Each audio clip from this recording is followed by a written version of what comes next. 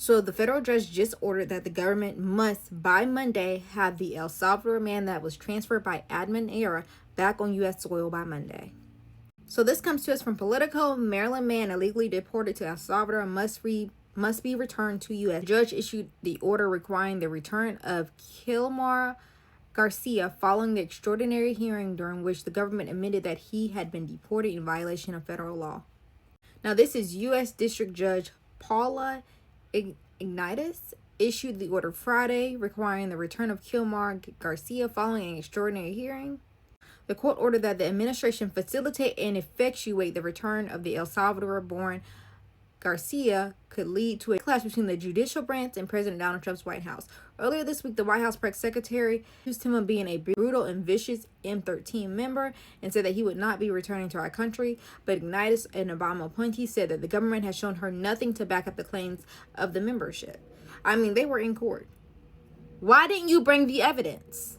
Because in the court of law, you can't just have hearsay. You have to have the facts. You have to have the truth. You have to have the DNA. Where is it? They did not have it. And she said, this is just chatter.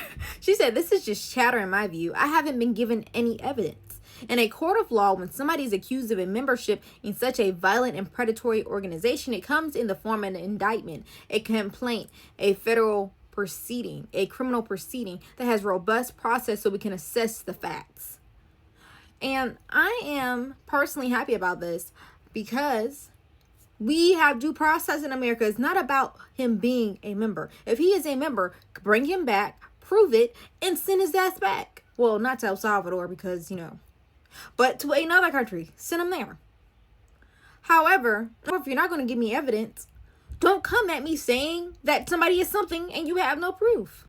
But the real thing is the administration does not want to bring him back because if they did a concession, this could be used as leverage in other legal cases as evidence that the U.S. has the power to return more than 130 people that they have took into El Salvador and bring them right back. So the administration really does not want to do this because if they do this the first time, that means, okay, so you can bring them back. That means that you also need to bring back every other person that you sent there and give them due process. Give them a hearing. That is all we're asking, a hearing.